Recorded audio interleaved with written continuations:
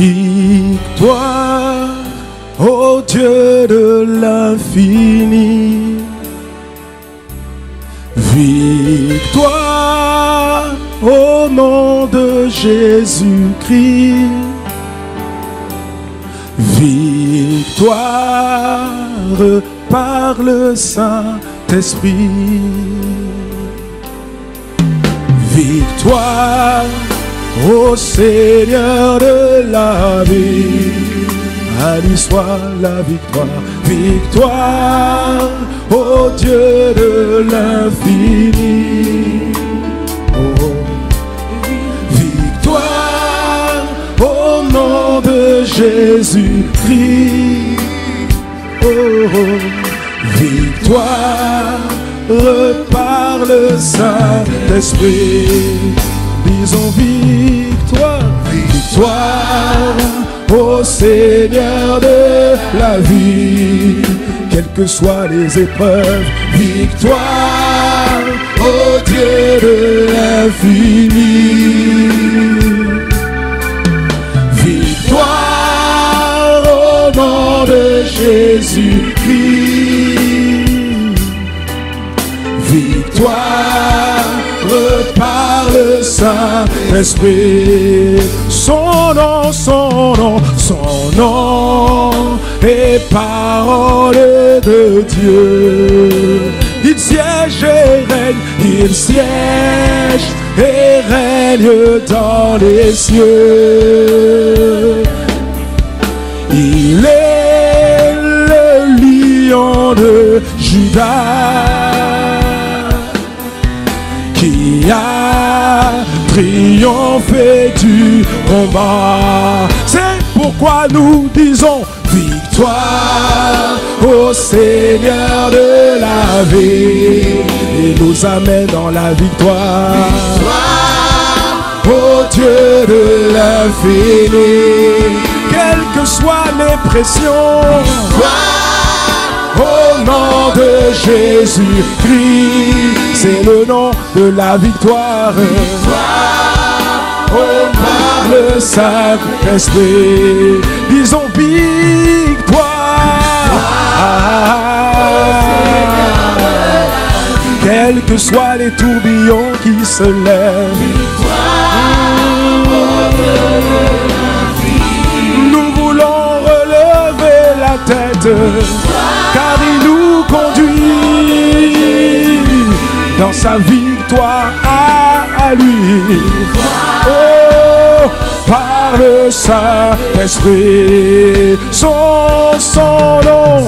nom est parole de Dieu. Il ne chancelle pas, il est stable sur son trône, il n'est pas ébranlé, quelles que soient les tempêtes, il reste stable, il ne panique pas, il ne s'inquiète pas. Oh, oh, oh. Triompher du combat, son nom apprécie, bien-aimé, ce matin, ce n'est pas simplement un chant, ce n'est pas simplement un chant, c'est la vérité. Ces paroles transpirent la vérité, elles parlent de la vérité. Il nous emmène dans sa victoire. Il est celui qui combat pour nous. Il est celui qui combat pour toi, ma soeur. Il est celui qui combat pour toi, mon frère. Quelles que soient les oppressions, quelles que soient les vallées à traverser, il ne t'abandonne pas. Il ne t'abandonne pas. Il est là. Il te porte. Il te tient. Il te conduit. Il est le lion de Juda. Il a triomphé, il a vaincu le diable, il a livré publiquement Satan en spectacle, il a fait mordre la poussière au royaume des ténèbres, il a fait mordre la poussière au diable, à tous ses acolytes, à tous les démons, à tous les esprits méchants dans les lieux célestes, il leur a fait mordre la poussière, il a gagné le combat. Il a gagné le combat et il nous fait participer à sa victoire. Il n'est pas seulement l'agneau, il est également le lion qui triomphe. Disons victoire, victoire au Seigneur de la vie. Il amène la vie là où la mort régnait. Il amène la vie, lui le ressuscité, lui qui a vaincu la mort. Il est capable d'amener la vie dans ton cœur, la vie dans ton foyer, la vie dans ta vie de prière, la vie dans ta vie de sainteté, la vie dans ta vie de consécration. L'esprit, disons victoire, victoire, victoire au Seigneur de la vie, au Seigneur de la vie, victoire au Dieu de l'infini, victoire au nom de Jésus-Christ. Le nom victorieux, le nom qui a été élevé au-dessus de tout nom, qui peut être nommé sous la terre, sur la terre et dans les cieux, disons victoire. Que ton âme proclame la victoire. Que ta bouche, bien-aimée, proclame la victoire. La victoire sur toutes les circonstances, sur toutes les situations qui t'oppressent, les situations qui te mettent dos au mur. La victoire est déjà acquise et elle se trouve dans le nom de Jésus et elle est réalisée par le Saint-Esprit. Par le Saint-Esprit. Son nom et parole de Dieu. Il siège et règne, dans les cieux. Il est le lion de Judas. Il a triomphé du combat. Encore une fois, victoire, victoire, victoire, victoire, victoire de l'infini. Tant qu'il n'a pas dit le dernier mot, tant qu'il n'a pas dit son dernier mot, la victoire est encore possible dans ta situation. La victoire est encore possible dans ta situation. Tout est rattrapable. Tout est rattrapable. Rien n'est définitif. Victoire. Il faut que tu apprennes à célébrer la victoire. La victoire à la croix. Il faut que tu t'appropries cette victoire. Cette victoire n'est pas simplement pour Jésus. Elle a été réalisée par Jésus, mais elle est pour toi et pour moi. Il faut t'approprier cette victoire. Cette victoire est la tienne. Elle est la tienne par le Saint-Esprit. Oh, par le Saint-Esprit. Je dis victoire dans ma vie. Victoire au Seigneur de la vie. Relève la tête, mon frère. Victoire au Dieu de l'infini. Ma sœur, ne jette pas l'éponge. Victoire Au nom de Jésus-Christ. Victoire par le Saint-Esprit. Tous ensemble, son nom et parole de Dieu. Il siège et règne dans les cieux. Il est le lion de Judas. Il a triomphé du combat. Dis-le encore, son nom et parole. Il vit, il siège et règne. Dans ma vie, il est Judas. Dis-le, proclame-le, confesse-le, sature ton âme. Son nom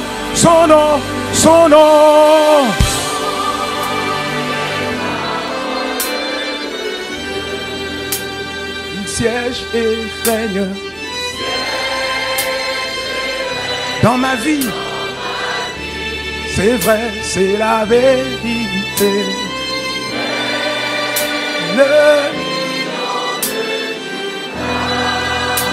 Il a triomphé.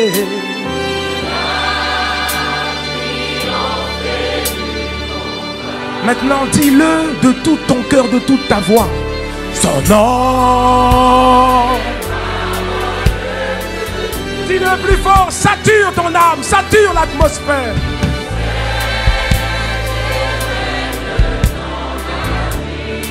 Ah, dans ta vie.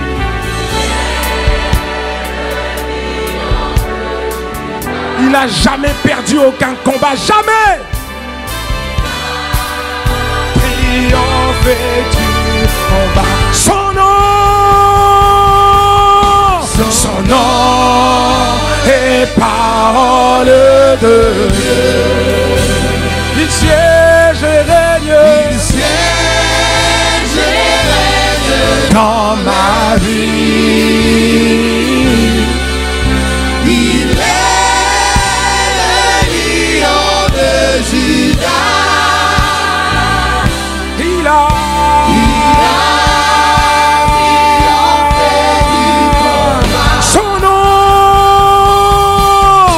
son nom est parole de Dieu.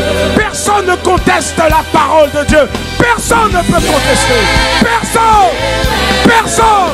Aucun démon, aucun sorcier, aucune situation. Il est lion de Judas. Il a déjà triomphé. Il a déjà triomphé. C'est pas qu'il triomphera. La victoire est déjà acquise. Son nom est parole de Dieu. Il siège et règne dans ma vie. Il est le lion de Judas. Il a triomphé. Il a triomphé. Il a triomphé.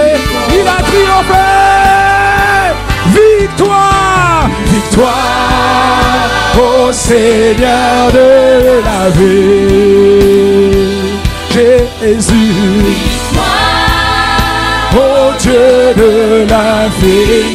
Les problèmes passeront, mais lui, il est le Dieu de l'infini.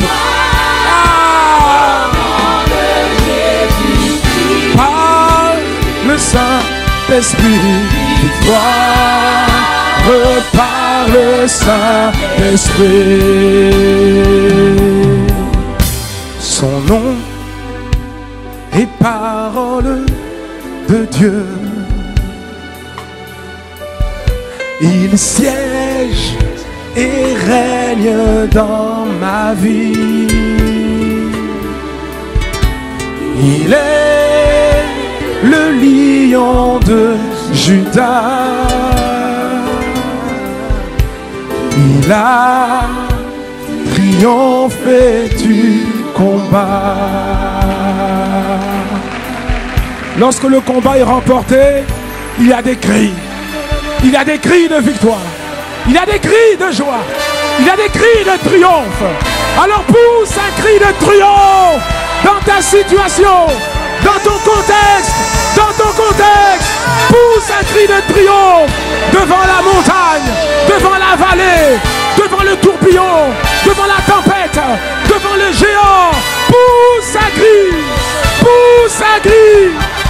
de triomphe, un cri de victoire. Parce que la victoire en Christ, elle n'est pas hypothétique, elle n'est pas éphémère, elle est éternelle, elle est stable, elle est irrévocable, elle est irrémédiable, elle est à toi. Il a vaincu pour toi, pas seulement pour lui, il a vaincu pour toi à la croix. Il t'a rendu victorieux, célèbre la victoire, Célèbre la victoire. Célèbre la victoire de Christ. La victoire de Christ, c'est ta victoire. C'est ma victoire. C'est la victoire de mon frère. C'est la victoire de ma soeur. C'est la victoire de l'église. C'est la victoire du royaume de Dieu sur le royaume des ténèbres. C'est la victoire de la vie sur la mort. C'est la victoire de l'amour sur la haine. C'est la victoire de la santé divine sur la maladie. C'est sa victoire d'abord et c'est ma victoire ensuite. C'est sa victoire d'abord et c'est ta victoire aussi. Ah, pousse encore, pousse encore.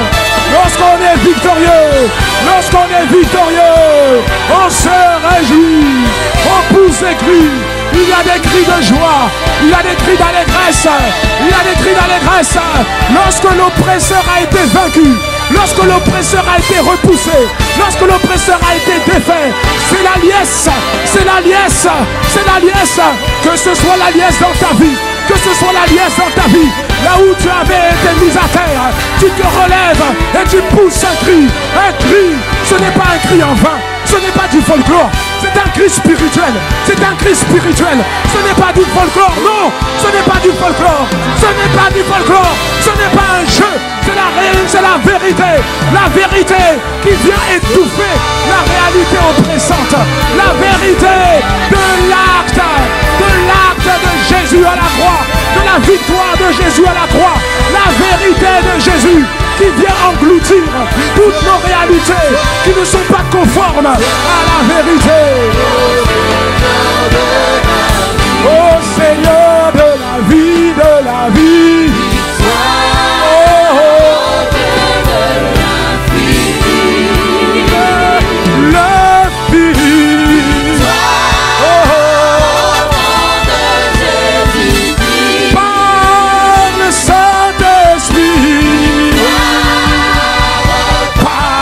Saint-Esprit, acclamons, acclamons.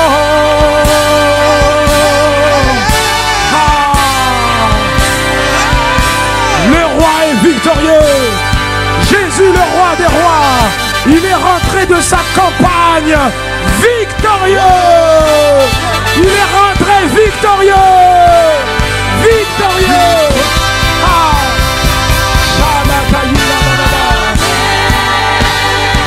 Amen, amen, amen,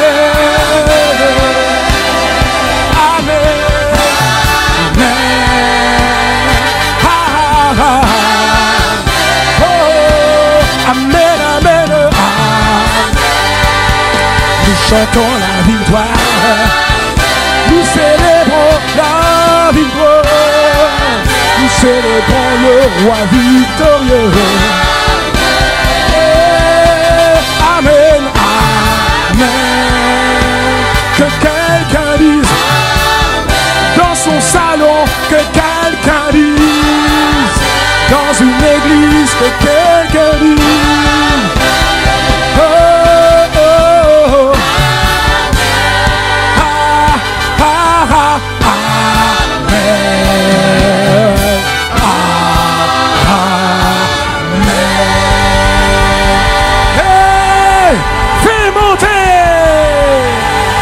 Clameur.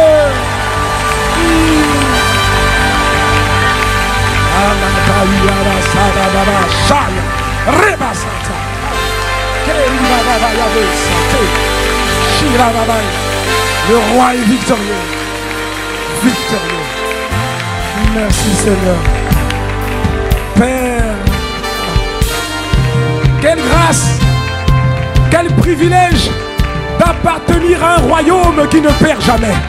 Quelle grâce, quel privilège d'appartenir à un royaume qui est toujours victorieux. Quelle grâce et quel privilège de t'appartenir à toi le seul et véritable Dieu. Merci pour cette grâce. Merci pour ce privilège que tu nous accordes, Seigneur. Parce que nos noms n'ont pas été égarés, non. Nos noms sont inscrits, scellés dans le livre de vie de l'agneau. Merci Père, parce que c'est toi qui as rendu tout cela possible en donnant Jésus afin que quiconque croit en lui ne périsse point, mais qu'il ait la vie éternelle. Merci Seigneur. Reçois encore de tous les lieux où nous sommes connectés dans la francophonie, de toutes les églises connectées. Reçois Seigneur l'expression de notre gratitude, l'expression de notre reconnaissance sincère et appuyée. C'est dans le nom de Jésus, le Christ, que nous avons ainsi célébré, que nous avons ainsi proclamé la victoire. C'est dans le nom de Jésus que nous avons ainsi apprécié et saisi l'œuvre achevée de Christ à la croix. Alléluia. Amen.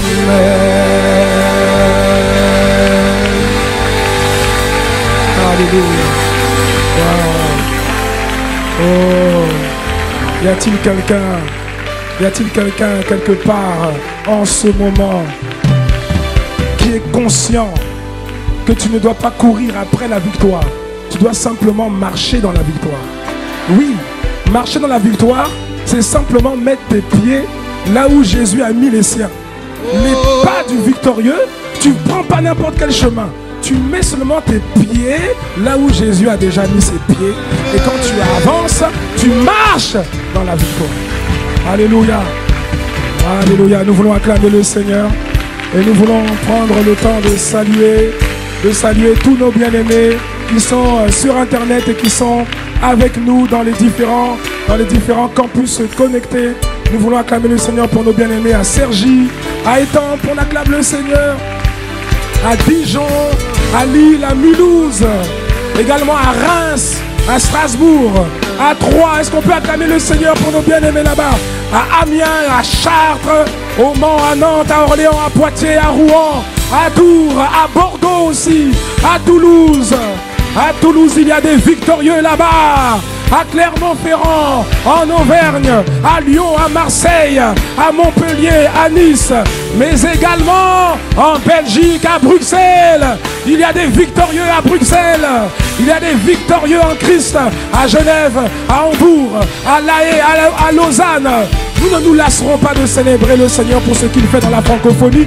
Nous voulons acclamer le Seigneur pour nos bien-aimés à Liège également, au Luxembourg, à Munich, mais également en Afrique, à Bamako, à Bujumbura, à Conakry, à Dakar. Nous saluons nos bien-aimés de Dakar, nos bien-aimés de Yoff, de Ngor, à Dakar, et également nos bien-aimés de Douala, à Bonapriso, à Noubel, à Deido. Que Dieu vous bénisse.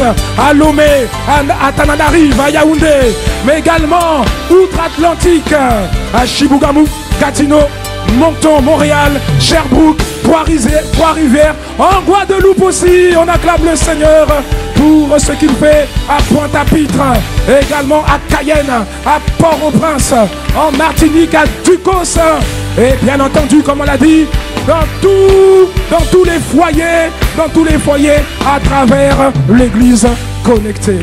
Que Dieu vous bénisse. Et encore une fois, soyons conscients que nous sommes les bonnes personnes au bon endroit et au bon moment. Alléluia. Voilà. Qui veut encore acclamer le Seigneur avant de prendre place? Merci Seigneur. Merci Père. Amen, amen. Alors bien aimé, je vous invite maintenant à prendre place. Et en prenant place, tu peux dire à quelqu'un, je ne sais pas pour toi, mais moi je marche dans la victoire. Alléluia. Merci Seigneur. Amen, amen, amen. Merci Seigneur. Amen. Alléluia. Merci Père de grâce.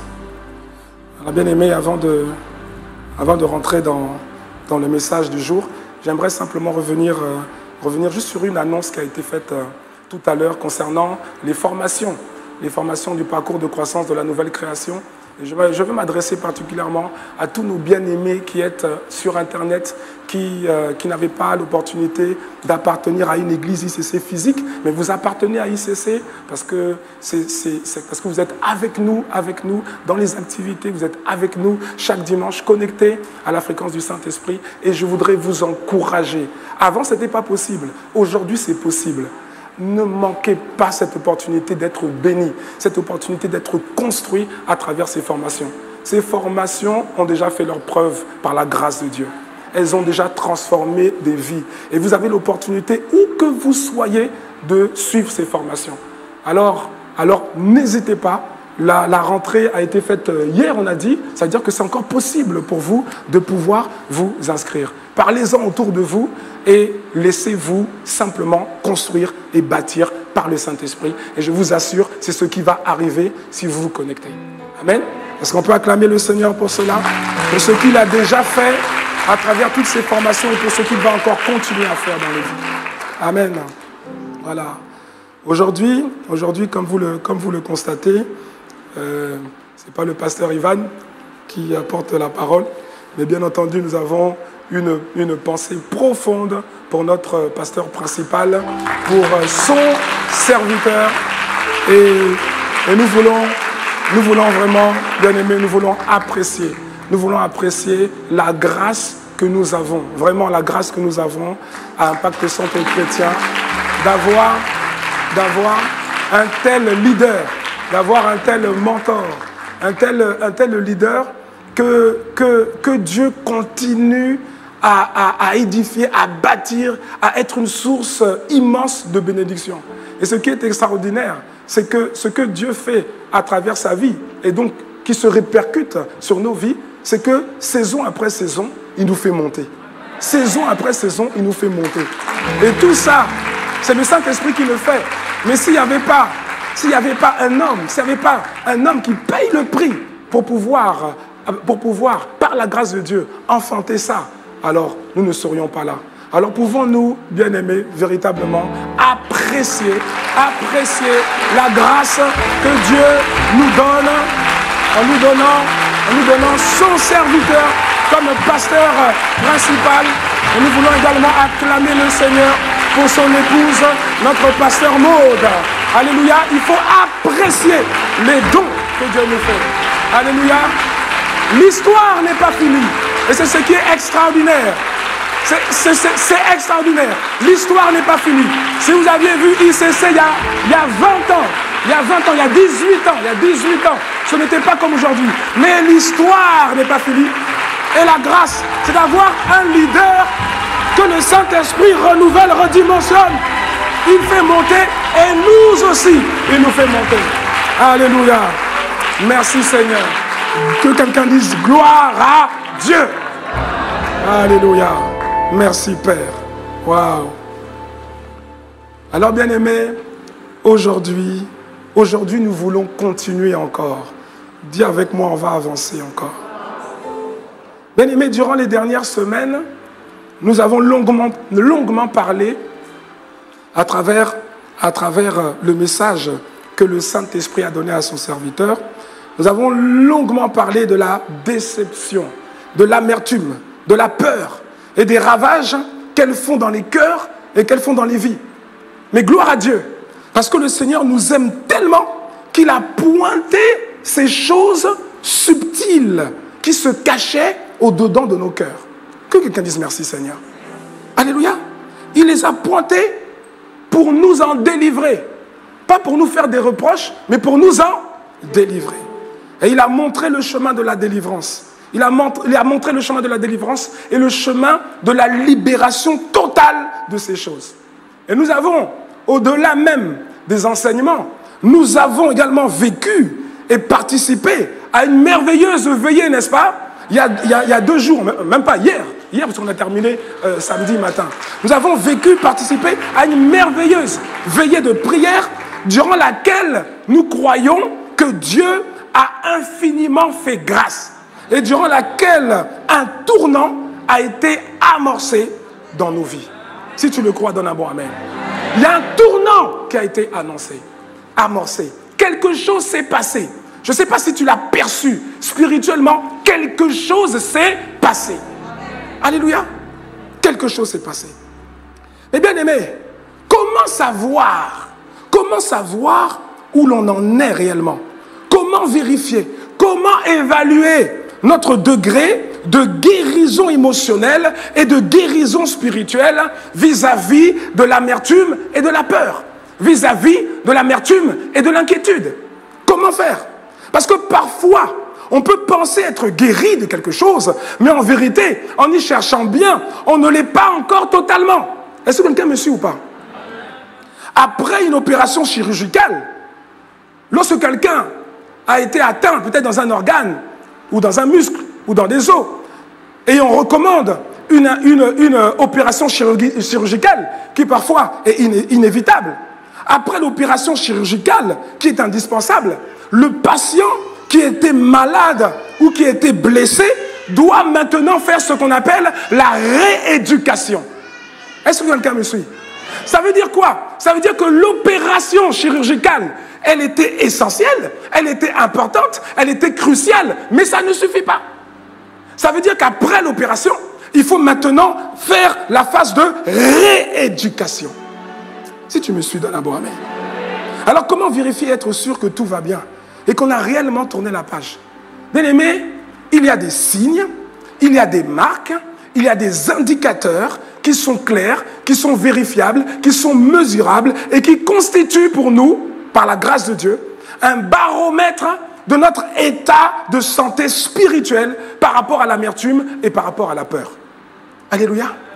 Tout comme un examen de santé, tout comme un examen de check-up, une analyse sanguine, un examen sanguin va permettre de contrôler, c'est juste contrôler, c'est juste vérifier, de contrôler l'état de santé d'une personne grâce à différents taux, de la présence de différents taux de telle ou telle substance dans le corps. On pourra dire effectivement que la situation a été rétablie ou bien qu'il faut encore faire des efforts. Quelqu'un me suit ou pas?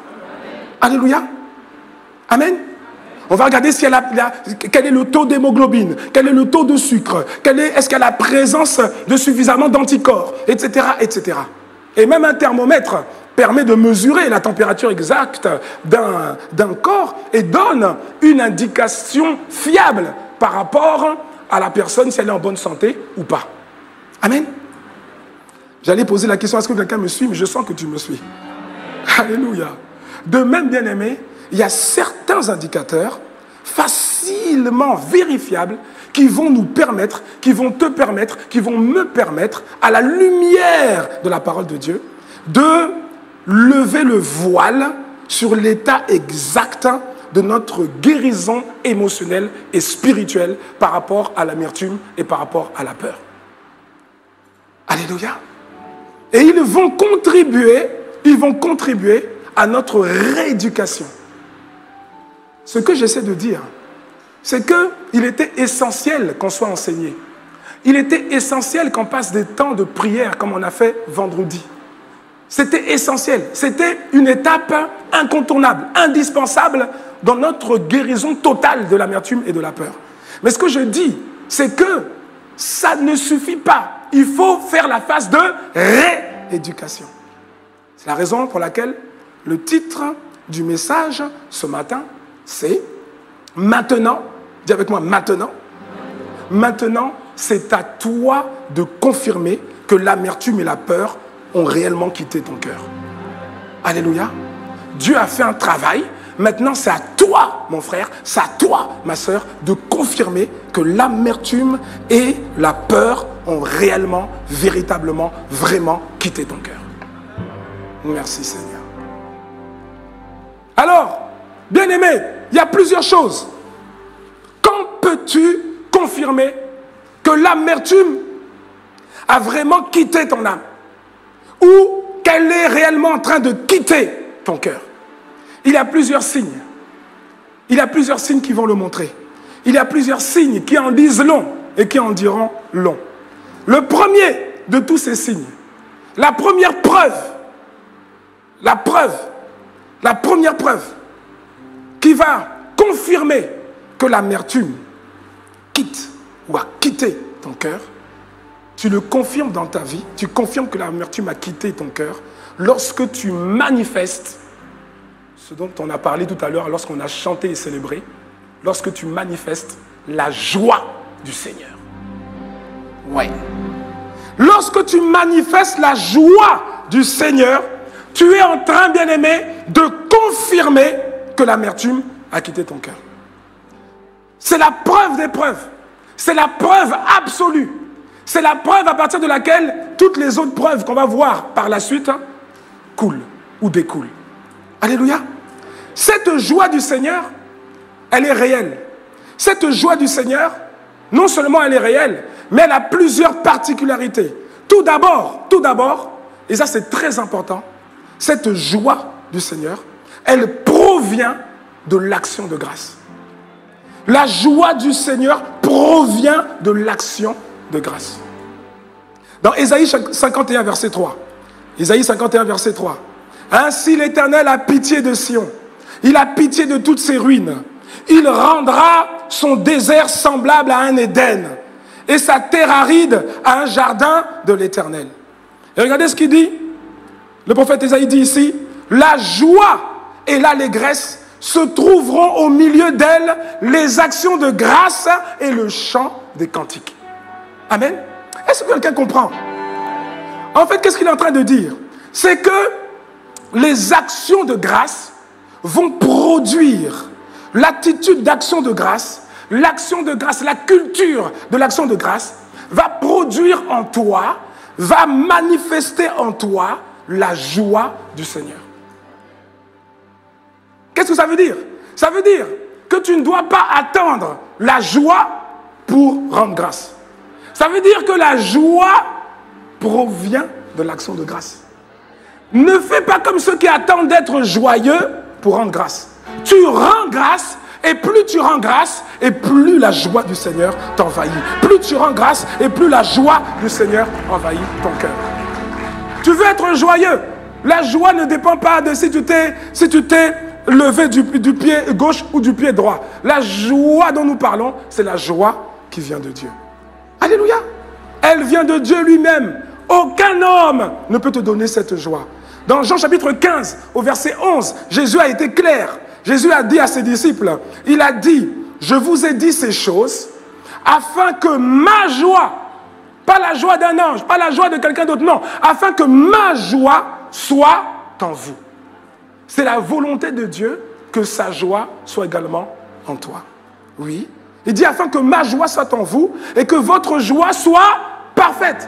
Ça veut dire que tu ne peux pas expérimenter une joie parfaite si tu n'as pas la joie de Christ en toi. Alléluia. Donc, cette joie du Seigneur, qui est la première preuve que l'amertume a quitté ton cœur, cette joie du Seigneur provient de l'action de grâce. Le pasteur Yvan nous a longuement parlé de l'action de grâce, la culture de rendre grâce de manière continuelle. Et c'est ça qui produit la joie. Ouais. Et cette joie, elle est, on a dit, qu'elle vient de Dieu lui-même. Et cette joie, il faut comprendre, elle est apportée par le Saint-Esprit. Elle est apportée par le Saint-Esprit. C'est lui qui apporte cette joie. Alléluia. Et cette joie, on peut aussi dire que cette joie, elle est permanente. Elle est permanente. Ce n'est pas une joie éphémère. Cette joie est permanente. Dans Philippiens chapitre 4, au verset 4, l'apôtre Paul dit « Réjouissez-vous toujours ». Il n'a pas dit « Réjouissez-vous de temps en temps ». Il n'a pas dit « Réjouissez-vous quand vous entendez des bonnes nouvelles ». Il n'a pas dit « Réjouissez-vous quand vous avez obtenu l'exaucement, l'accomplissement de vos prières ». Il a dit « Réjouissez-vous toujours dans le Seigneur ». Et il dit, je le répète, réjouissez-vous. Dis à quelqu'un, réjouis-toi. Dis à quelqu'un d'autre, réjouis-toi. Alléluia. Ce n'est pas une joie qui vient du monde. La joie des hommes, c'est une joie éphémère. La joie des hommes, tu l'as déjà de toute façon expérimenté, c'est une joie passagère, c'est une joie circonstancielle, c'est une joie qui dépend des victoires, qui dépend des succès que tu as, qui dépend des événements heureux que tu peux vivre. Mais cette joie, elle disparaît dès lors qu'il y a un doute, dès lors qu'il y a un événement malheureux, dès lors qu'il y a une souffrance, cette joie du monde, cette joie des hommes, elle disparaît. C'est vrai ou c'est pas vrai? Mais pas la joie du Seigneur. Parce que la joie du Seigneur vient du fait de la présence de Dieu en toi. Pas de ce qui se passe autour, mais de la présence de Dieu en toi. Alléluia. Merci Seigneur. Merci Seigneur pour ta joie. Merci. Tu veux nous communiquer cette joie. Tu nous communiques cette joie, Seigneur. Cette joie, bien-aimée, ne dépend pas des circonstances. Elle ne se manifeste pas seulement quand tout va bien. Bien sûr qu'elle se manifeste quand tout va bien, mais pas seulement, pas seulement. Cette joie a le pouvoir de transcender toutes les situations de la vie. Elle a le pouvoir de passer, de transcender les circonstances. Elle a le pouvoir de te garder, même au milieu des tribulations, même au milieu des tourbillons. La joie du Seigneur a le pouvoir de garder ton cœur en Jésus-Christ. Ouais. Dans 1 Thessaloniciens chapitre 1, verset 6. 1 Thessaloniciens 1, verset 6. L'apôtre Paul dit ceci, il dit, « Et vous-même, vous avez été mes imitateurs et ceux du Seigneur, en recevant par la parole au milieu de beaucoup de tribulations. » Vous avez reçu par la parole au milieu de beaucoup de tribulations. Vous avez reçu quoi? Vous avez reçu quoi? Vous avez reçu quoi? Reçu quoi? La parole au milieu de beaucoup de tribulations. Et vous l'avez reçu comment? Comment? La suite, avec la joie du Saint-Esprit. Qu'est-ce que ça veut dire? Ça veut dire que même au milieu des tribulations, tu reçois la parole de Dieu et tu la reçois dans un état où tu n'es pas triste, apeuré, mais où tu es joyeux. Ce n'est pas la joie du monde, c'est la joie du Saint-Esprit qui est en toi. Au milieu des tribulations, tu peux continuer à être joyeux. Au milieu des tribulations, tu peux continuer à avoir le cœur rempli de joie, rempli de paix. Ouais. Lorsqu'un cœur est délivré de l'amertume, les tribulations, les oppressions ne constituent plus une occasion de chute. Non. Non. Les tribulations, les oppressions ne constituent plus une occasion de chute, ni une occasion de tomber dans la tristesse, de tomber dans la mélancolie, de tomber dans la frustration, d'avoir un sentiment de rejet. Non. Pourquoi? Tu ne peux plus avoir ça. Pourquoi? Parce que la joie du Seigneur a rempli, saturé totalement ton âme. C'est une preuve que l'amertume a quitté ta vie. Ouais. Cette joie te porte. Dis avec moi, elle me porte. Cette joie te porte. Elle te fait traverser toutes les tempêtes. Elle te fait traverser toutes les tempêtes grâce à l'action de grâce et au milieu de l'action de grâce. Parce qu'on a dit que cette joie vient de l'action de grâce. Plus tu développes dans ta vie la culture de l'action de grâce, et plus la joie du Seigneur va envahir, inonder ton cœur, et plus tu seras rendu inébranlable face aux différentes situations et circonstances de la vie. Cette joie, bien-aimée, si tu comprends ce que nous sommes en train de dire, tu comprends que cette joie est comme un vaccin. Cette joie te vaccine. Elle te vaccine contre la tristesse. Elle te vaccine contre la frustration. Tu étais frustré hier, mais cette joie-là, qui est la preuve que l'amertume a quitté ton corps, ton cœur, elle te vaccine de la frustration. Elle te vaccine contre l'amertume. Elle te vaccine contre l'abattement. Elle te vaccine contre la mélancolie, mon frère, ma soeur. Elle te vaccine contre la déception que peuvent engendrer les trahisons des hommes. Elle te vaccine même contre la colère. Elle te vaccine contre tous les coups bas que les hommes peuvent te faire. Cette joie est un vaccin immunisant. C'est un vaccin qui t'immunise. Et en plus de ça, vous savez que sur Terre, lorsqu'on fait un vaccin, le vaccin, avant d'être vendu, d'être produit, il faut d'abord qu'il passe par des systèmes de validation. Il y a un institut qui contrôle et qui valide les vaccins. Eh bien, j'ai une bonne nouvelle pour toi, mon frère, ma soeur. C'est que ce vaccin dont nous sommes en train de parler, il est validé, il est testé, il est confirmé, il est agréé par le centre de contrôle des vaccins du royaume de Dieu. Ah oui, oui, la joie est un vaccin qui immunise.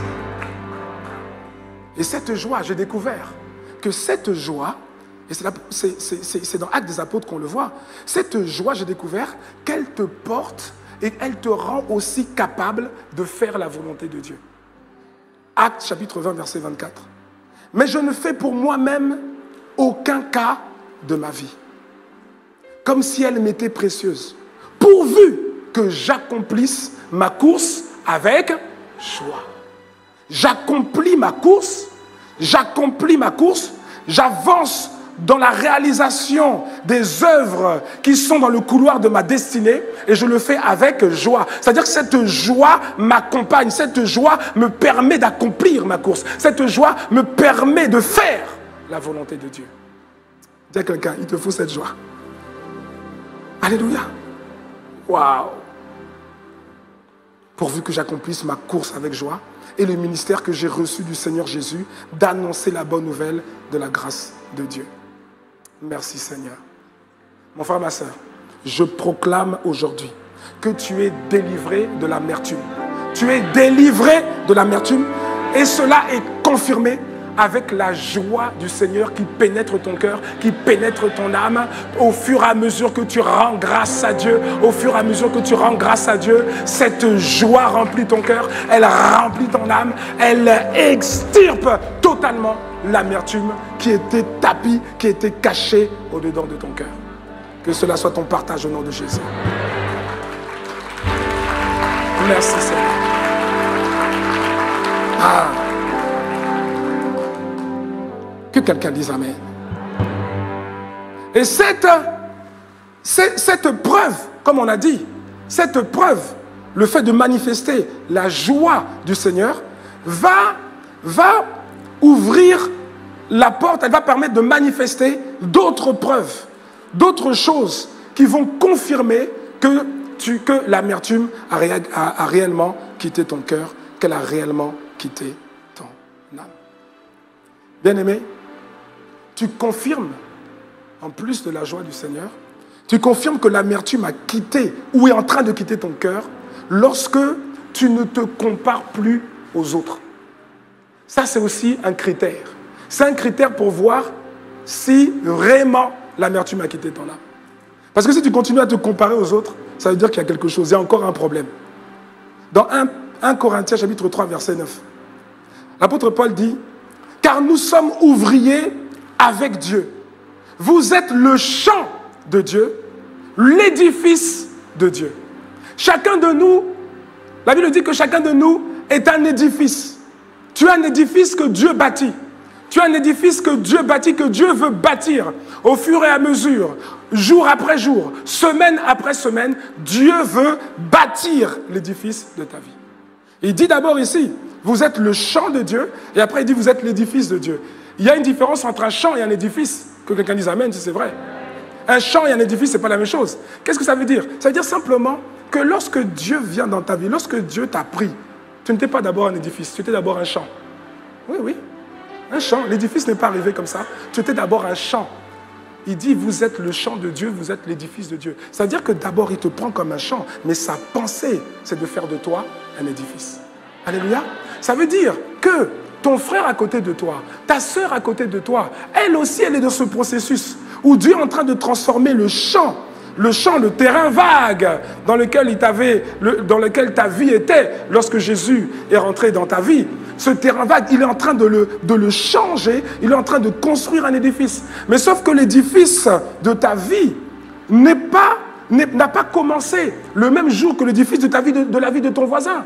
Et ce n'est pas le même type, ce n'est pas le même édifice, ce n'est pas le même projet que Dieu a prévu. Quelqu'un me suit?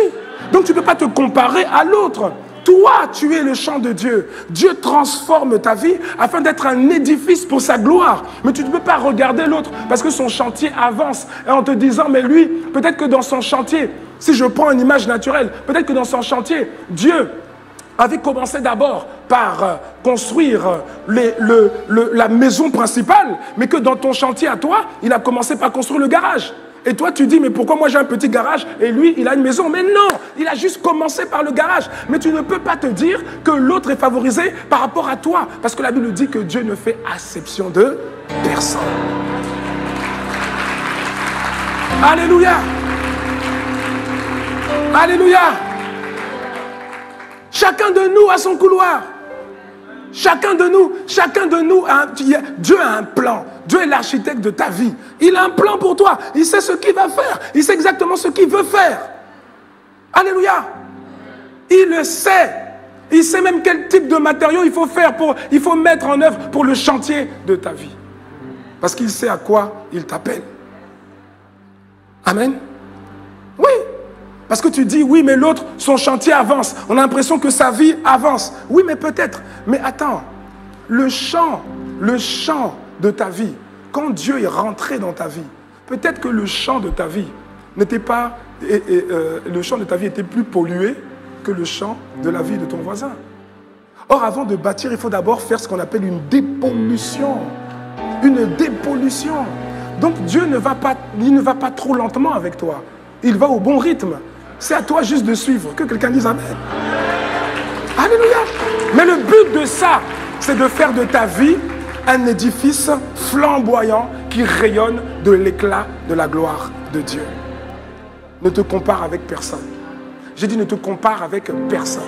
Si tu continues à te comparer avec les autres, si tu continues à dire, ah oui, mais l'autre, pourquoi elle a ça? Pourquoi lui, il a ça? Et moi, je n'ai pas encore. Si tu continues avec ces pensées de jalousie, de comparaison, c'est une preuve qui montre qu'en fait, l'amertume n'a pas quitté ton cœur. Ne fais pas comme quelqu'un, vous voyez, j'aime souvent prendre cette image. Vous connaissez le 800 mètres en athlétisme? Le 800 mètres. Le 800 mètres. Non, le 400 mètres, puisque 800 mètres, tu ne connais pas. Le 400 mètres, c'est un tour de piste. Hein, ça, tu connais. Hein? Il y en a, ils ne connaissent pas l'athlétisme, ils connaissent seulement la nourriture. Mais il y a aussi l'athlétisme. Ne commets pas l'erreur de faire comme quelqu'un qui commencerait donc, pour la première fois, il va faire une course de 400 mètres. Dans la course de 400 mètres, il y a une particularité. La course de 100 mètres, tout le monde au départ est sur la même ligne. Quelqu'un me suit ou pas? Ça, au moins, je sais que tu connais la course du 100 mètres. Ça, je sais. Non, ça, je sais. La course du 100 mètres, tout le monde est sur la même ligne.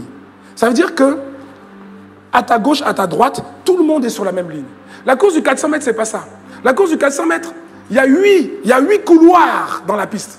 Mais lorsque tu es au couloir numéro 1, comme la piste est circulaire, au couloir numéro 1, en fait, tu vois tous les autres devant toi. Quelqu'un comprend ça ou pas? Vous avez remarqué ça? Au couloir numéro 1, c'est-à-dire le couloir numéro 1, c'est le couloir qui est à côté de l'herbe. Bon, là, tu vois, n'est-ce pas? Hein, le couloir qui est à côté de l'herbe. Quand tu es au couloir numéro 1, tu vois tous les autres devant toi. Parce que le couloir numéro 2 est devant, 3, 4, jusqu'à 8. Même le couloir numéro 8, tu as l'impression que lui, là, vraiment, il va te battre. Mais c'est un mensonge. C'est un mensonge. Et du coup, il y a des gens, toi, Dieu a prévu ton couloir. Dieu a prévu ta trajectoire. Elle est unique. Elle est pour toi. Elle est pour toi, c'est toi. Et tu dois courir ta course. C'est ta course. C'est ta course. Le problème, c'est que lorsque tu regardes trop les autres, on a dit que là où ton regard va, tes pieds aussi vont. Mais le problème, c'est dans une course de 400 mètres. Si tu mets ton pied dans le couloir d'un autre, tu es disqualifié. Ne mets pas ton pied dans le couloir d'un autre. Tu as ton couloir. Dieu a prévu ton couloir. Ne sois pas intimidé parce qu'il y a quelqu'un qui est au couloir numéro 8. Ça ne veut rien dire. Ça ne veut rien dire. Cours ta course. Cours ta course. Cours ta course avec le Seigneur. Cours ta course avec le Saint-Esprit. Cours ta course. Ne te disqualifie pas toi-même à cause de mauvaises pensées. Ne te disqualifie pas toi-même à cause de la comparaison avec les autres. Parce que dans une course de 400 mètres, vous pouvez voir quelqu'un au couloir numéro 1, mais à la fin, il gagne la course. Pourquoi? Parce que dans le dernier virage, bien aimé, dans le dernier virage, tout le monde court 400 mètres en fait. Hein. C'est ellipsoïdal. C'est circulaire. Alléluia. Et donc, à un moment donné, si tu t'es découragé avant, si tu as dit, l'autre il est au couloir numéro 7, il a déjà devancé. L'autre il est au couloir numéro 8, il a déjà devancé. Parce que tu crois que quelqu'un, parce que lui, il est né dans une famille prospère, tu crois qu'il a de l'avance sur toi. C'est pas vrai. Tu as ton couloir. Parce que tu vois quelqu'un au couloir numéro 7, il a plus de diplômes que toi. Tu as l'impression de dire, ah, c'est pas la peine de courir, je vais perdre. Non, c'est pas vrai. C'est une vue d'optique, mais c'est pas vrai. C'est une vue d'optique, c'est un mensonge. Cours ta course. Alléluia. Et en vérité, c'est même pas une course contre les autres, c'est une course contre toi-même. C'est une course contre toi-même. Il faut que tu bornes à l'endroit et au moment que Dieu avait prévu, à l'endroit et à la saison que Dieu avait prévu dans ta vie. C'est ça le critère. Est-ce que tu es en retard par rapport à ce que Dieu avait prévu dans ta vie ou pas? Mais pas par rapport aux autres. Laisse les autres courir. Laisse les autres courir. Et puis d'ailleurs, c'est un piège. Hein? Parce que si quelqu'un ne comprend pas ça, tu peux être au couloir numéro 8. Et puis tu regardes les autres. Tu les vois derrière. Comme tu es au couloir numéro 8, les autres sont derrière. Hein? C'est un mensonge. Tu es là au couloir numéro 8 et puis tu dis, bon, de toute façon, j'ai de l'avance, ça va. Et puis tu commences à aller doucement. Les gens vont te rattraper, ils vont te dépasser. C'est juste un effet d'optique. La Bible dit que Dieu ne fait acception de personne. Il ne fait pas de favoritisme. Merci Seigneur. Oh. Bien-aimé, je proclame aujourd'hui que tu es libéré de l'amertume. Que plus jamais tu vas te comparer avec les autres. Plus jamais tu vas te comparer. C'est-à-dire, plus jamais tu vas regarder les autres avec dédain parce qu'ils semblent derrière toi. Et plus jamais tu vas les regarder comme si tu étais déjà vaincu parce qu'ils sont devant toi. Alléluia. Que le Seigneur t'accorde cette grâce d'être totalement libéré de l'amertume et de plus jamais te comparer aux autres. Bien-aimé, tu confirmes que l'amertume a quitté ton cœur ou encore qu'elle est en train de quitter ton cœur lorsque tu comptes les bienfaits de Dieu au lieu de compter le nombre de tes problèmes. Oui. Ah oui, ça c'est aussi une preuve. Lorsque tu arrêtes de compter le nombre de tes problèmes, mais tu commences à compter le nombre des bienfaits de Dieu. Tu commences à apprécier la fidélité de Dieu. Dans le psaume 103, verset 2, le psalmiste dit: mon âme bénit l'Éternel et n'oublie aucun de ses bienfaits. Lorsque tu es délivré de l'amertume, tu n'oublies aucun des bienfaits de Dieu. Tu ne regardes pas seulement à ce qui manque. Tu ne regardes pas seulement à ces prières qui ne sont pas encore exaucées, à ces requêtes qui n'ont pas encore été accomplies, mais tu regardes à ce que Dieu a fait. Et quand tu vois que Dieu a fait, quand tu vois sa fidélité, tu es confiant qu'il va accomplir le reste. Tu es confiant qu'il va accomplir le reste. Oh.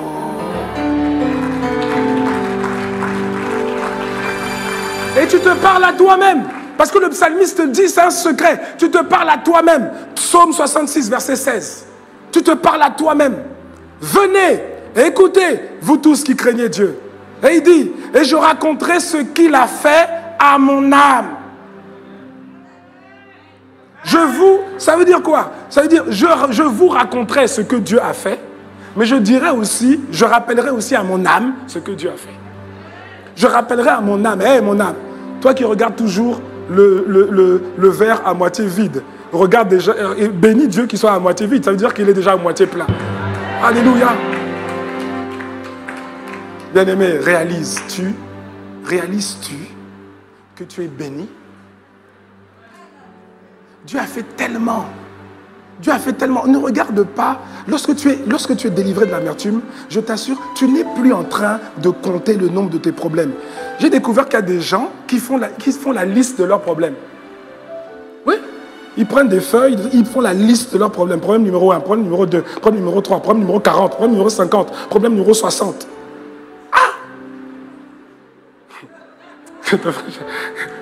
Un livre de problèmes.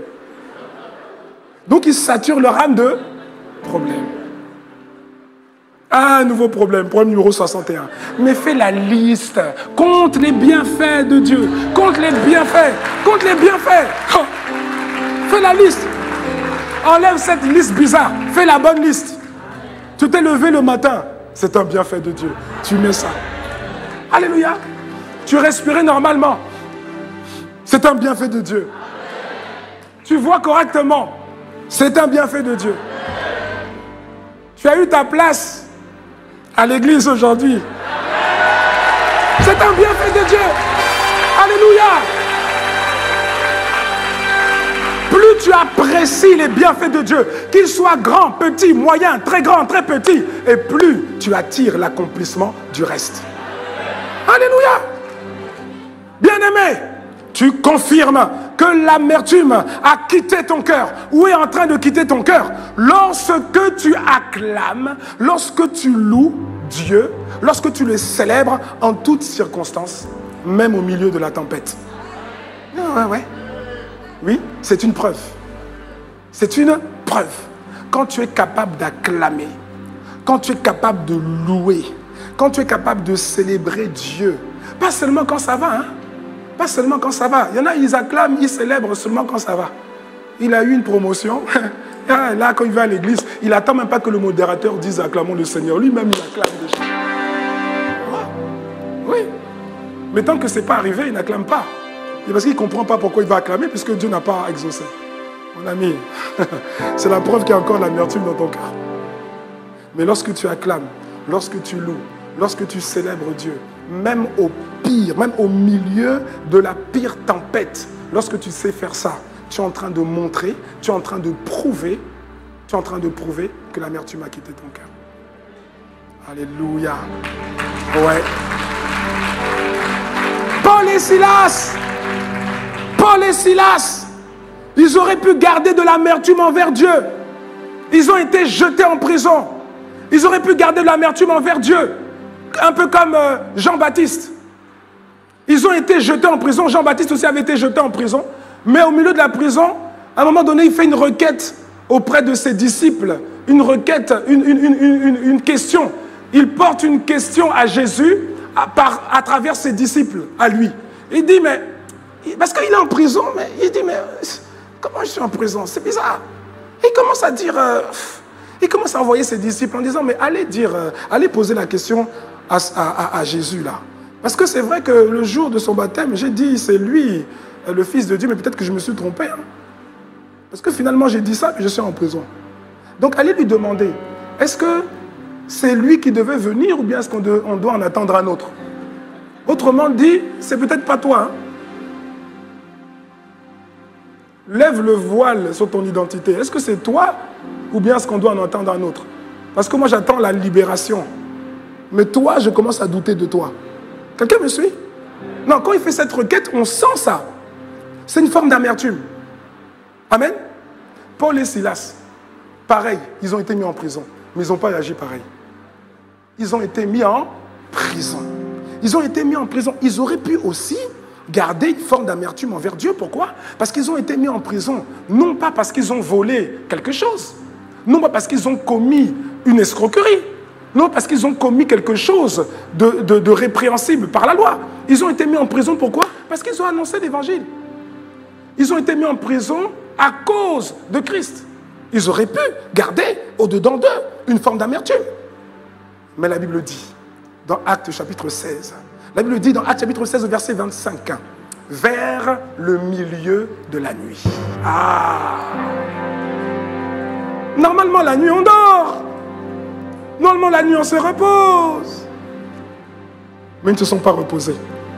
Vers le milieu de la nuit, Paul et Silas prièrent et chantaient les louanges de Dieu. Et ils ne chantaient pas de manière, vous voyez, de manière molle. Ils n'étaient pas là, tu vois, Paul et Silas. Et puis, Paul qui dit à Silas, Silas, ce serait bien qu'on chante quand même, hein? Ah oui, mais on n'a pas de piano, on n'a pas de montage 8, on n'a pas de batterie. Oui, mais on a nos voix. Ah oui, c'est vrai. Mais on est en prison. Est-ce qu'on chante en prison? C'est nous qui décidons. Ah oui. Prions et chantons. Et ils n'ont pas chanté mollement. Ils n'ont pas simplement dit victoire au Seigneur de la vie. La Bible dit que tous les prisonniers les entendaient dans la prison. Tous les prisonniers, ça veut dire qu'ils étaient en train de célébrer.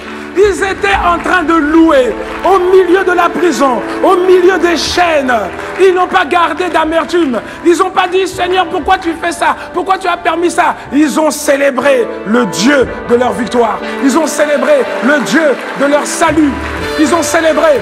Et lorsqu'ils ont célébré, je crois qu'ils ne savaient pas Ils n'étaient pas sûrs. Ils ont simplement célébré Dieu. Ils n'étaient pas sûrs que Dieu allait faire un miracle. Ils n'étaient pas sûrs qu'ils allaient sortir à travers cette louange. Ils n'étaient pas sûrs qu'ils allaient sortir de la prison à travers cette louange. Ils ont simplement célébré. Pourquoi? Parce qu'il est Dieu. Pourquoi? Parce qu'il règne. Il règne pour l'éternité. Pourquoi? Parce qu'ils étaient délivrés de l'amertume. Et lorsqu'ils ont célébré, ça a touché le cœur de Dieu. Et Dieu a fait un miracle. Et ils ont été libérés sur le champ. Ils sont sortis de la prison. Oh bien-aimé, que ce soit ton cas dans le nom puissant de Jésus. Que le Seigneur t'accorde la grâce de pouvoir le louer, de pouvoir le célébrer. Quels que soient les tourbillons, quelles que soient les tempêtes, quelles que soient les situations. Et qu'il t'accorde également la grâce que Paul et Silas ont eue. Parce qu'à travers leur louange, leur sacrifice de louange, Dieu a créé, produit un miracle dans leur vie. Que cela soit ton partage également, mon bien-aimé, au nom puissant de Jésus le Christ. Alléluia. Merci Seigneur. Merci Père. Tu confirmes que l'amertume a quitté ton cœur ou est en train de quitter ton cœur lorsque tu ne prends plus plaisir au commérage, au ragot, aux critiques et aux murmures. Oh, les amens sont partis? Tu prends encore, je m'interroge, tu prends encore plaisir à ça? Jacques, chapitre 3, verset 16. Le Saint-Esprit révèle à l'apôtre Jacques, et donc il nous révèle à nous aujourd'hui. Il dit, car là où il y a un zèle amer, c'est-à-dire là où il y a l'amertume, là où il y a un zèle amer et un esprit de dispute. Donc déjà, entre parenthèses, il dit que un zèle amer, l'amertume, à un moment donné, va toujours amener ou ouvrir la porte à un esprit de dispute. Oui, oui, ils vont ensemble. L'amertume d'abord, et après il ouvre la porte à un esprit de dispute. Donc il dit, là où il y a un zèle amer, un esprit de dispute, il y a du désordre et toutes sortes de mauvaises actions. Et dans les mauvaises actions là, tu peux mettre dedans, tu peux mettre les commérages, tu peux mettre les ragots, tu peux mettre les critiques, tu peux mettre les murmures, tout ça. Et ce sont des choses que Dieu n'aime pas. Amen. Ce sont des choses que Dieu n'aime pas. Lorsque tu es délivré de l'amertume, il y a quelque chose qui va le montrer, il y a un indicateur qui va le prouver, c'est que tu vas arrêter de participer aux discussions de Murmure 3.0. Oui? Tu vas arrêter de participer aux discussions des critiques, aux discussions là où on colporte des ragots, là où on colporte des commérages, là où, au lieu de porter les cas en prière, on est en train de critiquer le comportement de la sœur, le comportement du frère. Lorsque tu es encore dans ces choses-là, c'est une preuve, c'est un indicateur qui s'allume en rouge en disant, là il y a encore de l'amertume.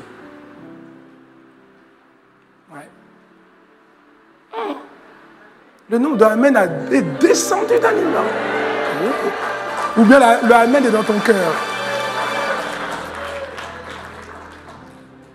Si quelqu'un t'appelle, si hier quelqu'un t'a appelé, hein, ou même avant de t'appeler, les gens sont subtils. Hein. Ah, tu envoies d'abord un message sur WhatsApp.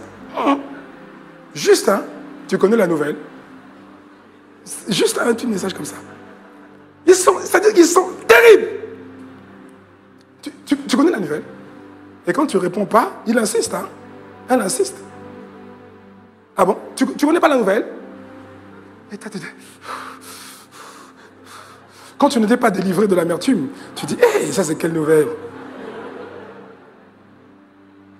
Et la personne t'appelle. Je t'appelle, je vais t'expliquer. Ce n'est pas des choses qu'on écrit. Il faut que je t'explique. Et c'est là où on commence. On commence maintenant à critiquer. Voilà, il y a un chantier qui est là. C'est un chantier. Toi aussi, tu as un chantier. Il y a un chantier qui est là. Bon, ok. Le chantier, le Seigneur était en train d'apporter des matériaux pour construire l'édifice, pour faire grandir l'édifice. Et puis, il y a eu un problème. Il y a peut-être un matériel qui était là, sur une grue, et puis c'est tombé. Quand c'est tombé, ça a cassé une partie de la maison, une partie du chantier.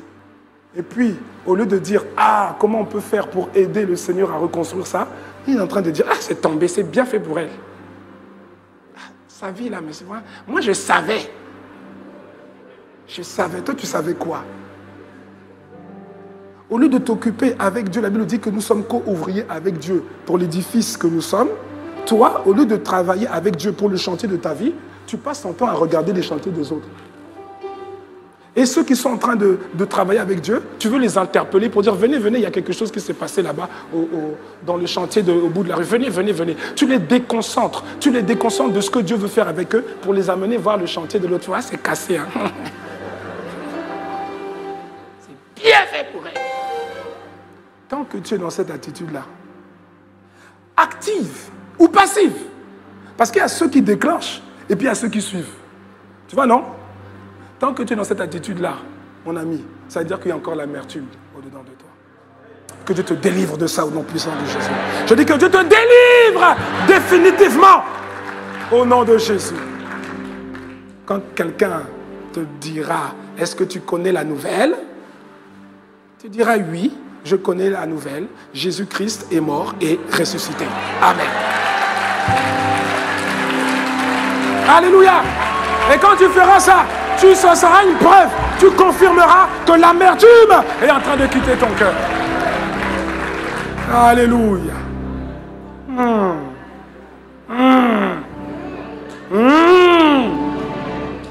Tu confirmes que l'amertume a quitté ton cœur, que l'amertume a quitté ton âme. Lorsque tu commences, c'est une autre preuve, lorsque tu commences à prier pour ceux qui te font ou qui t'ont fait du mal, au lieu de les maudire, afin que Dieu ait compassion d'eux. Oui, c'est une preuve également. C'est un indicateur. Lorsque tu commences à faire ça, tu es en train de montrer que l'amertume a quitté ton âme. Ouais. Ouais. Là encore, j'ai un radar de Amen. Hein. Il y en a moins. Hein. Il y en a moins. Jésus a dit, et tu le sais, Jésus a dit dans Luc chapitre 6, au verset 28, Jésus a dit, bénissez ceux qui vous maudissent, priez pour ceux qui vous maltraitent. Et il ne l'a pas seulement dit, parce qu'il y a des gens, ils parlent beaucoup, mais ils ne font pas. Jésus a dit, bénissez ceux qui vous maudissent et priez pour ceux qui vous maltraitent. Et il l'a fait. Il l'a fait. Luc chapitre 23, verset 34, à la croix du calvaire, il l'a fait. Il a dit, alors qu'on l'avait mis sur la croix, qu'on était en train de l'insulter, de lui cracher au visage, il a dit, Père, pardonne-leur, car ils ne savent ce qu'ils font. Lui, on le lapide, on le crache dessus, on l'insulte, et c'est lui qui intercède pour les autres, pour que Dieu ait compassion d'eux. Waouh! Ça, c'est un cœur où il n'y a pas d'amertume. Ouais. Et quelqu'un va dire, oui, mais ça, c'est Jésus. Alors, on va aller dans Actes chapitre 7, au verset 60. Et on va parler d'Étienne.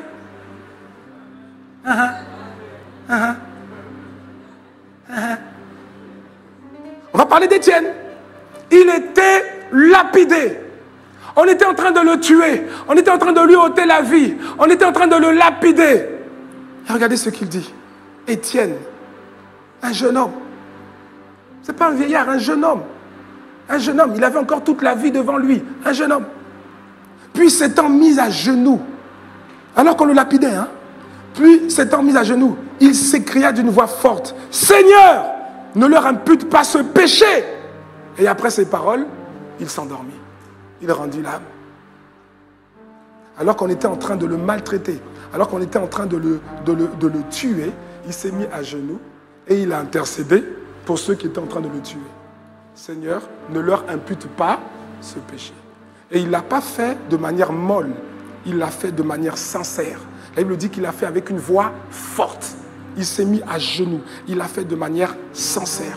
Il était oppressé, il était maltraité, mais son cœur était dépourvu de toute forme d'amertume. Il a prié, il a intercédé pour que Dieu ait compassion de ceux qui étaient en train de le maltraiter. Ça, c'est un cœur qui est délivré de l'amertume. Et je prie que ce soit ton cœur. Et je prie que ce soit ton cœur. Et je prie que tu puisses prendre exemple sur ce que Jésus a fait à la croix. Que tu puisses prendre exemple aussi, bien-aimé, sur ce que Étienne a fait le jour où il a été lapidé. Que tu puisses avoir également cette attitude. les gens ne vont pas s'arrêter de te maltraiter. Il y aura toujours quelqu'un, pas tout le monde bien sûr, mais il y aura toujours quelqu'un qui te voudra du mal. Il y aura toujours quelqu'un qui va chercher à te maltraiter, à te minimiser, à te mettre à l'écart, à te rejeter. Il y en aura toujours, parce que la Bible dit que le cœur de l'homme est mauvais. Donc il y en aura toujours. Mais toi aussi, toujours, porte-les en prière. Porte-les en prière. Ne les maudis pas, parce que de toute façon, regarde, il a dit, le Seigneur a dit à travers l'apôtre Paul, ce n'est pas contre la chair et le sang que nous avons à lutter, mais contre les autorités, les principautés, les esprits méchants dans les lieux célestes, les dominations. Amen.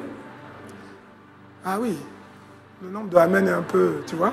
Parce que là, c'est un indicateur sensible. C'est un indicateur sensible. N'oublie pas ce que j'ai dit au début. Il fallait passer par l'opération chirurgicale ponctuelle. Il fallait passer par les temps d'enseignement et les temps de prière que nous avons eu comme à la mini-veillée. Il fallait passer par là. C'était indispensable. Mais ce que je dis, c'est qu'après ça, tu dois quand même continuer à veiller sur les indicateurs. Tu dois rééduquer. On fait la rééducation. Hier avant, tu maudissais. Hier avant, tu disais, ah bon, hein, c'est comme ça. Hein, moi, je suis enfant de Dieu. Hein, oui, on va voir, mon ami. Non. Tu dis, ok, vous êtes en train de me faire ça. Eh bien, moi, je vais vous faire du bien. Moi, je vais plaider que Dieu vous fasse grâce, que Dieu vous accorde sa compassion. Ouais. Parce que si je ne le fais pas, il y aura un jugement sur vous. Hein. Il y en a d'autres qui attendent le jugement. Seigneur, brûle-les seulement, brûle-les. Mais il y en a d'autres, le cœur est dépourvu d'amertume. Seigneur, fais leur grâce. Ils ne savent pas ce qu'ils font. Ils ne savent pas qu'ils sont en train d'insulter un prince. Ils ne savent pas qu'ils sont en train d'insulter une princesse.